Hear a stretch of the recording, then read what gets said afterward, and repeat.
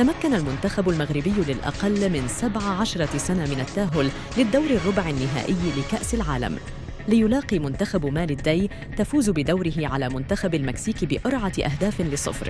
المنتخب المغربي تغلب على منتخب إيران بركلات الترجيح بعد انتهاء الوقت الأصلي بالتعادل الإيجابي بهدف لمتلاه، لتفوق على منتخب إيران ب4 أهداف مقابل هدف. وقد تقدم المنتخب الإيراني على المنتخب المغربي بالهدف الأول مطلع الدقيقة 74، وبعد محاولات عديدة تكن المنتخب المغربي من تعديل النتيجة في الدقيقة 94 ليسير الفريقان إلى ركلات الترجيح التي ابتسمت للمنتخب المغربي. وهنا سوف يلتقي المنتخب المغربي بمنتخب مالي في الدور المقبل.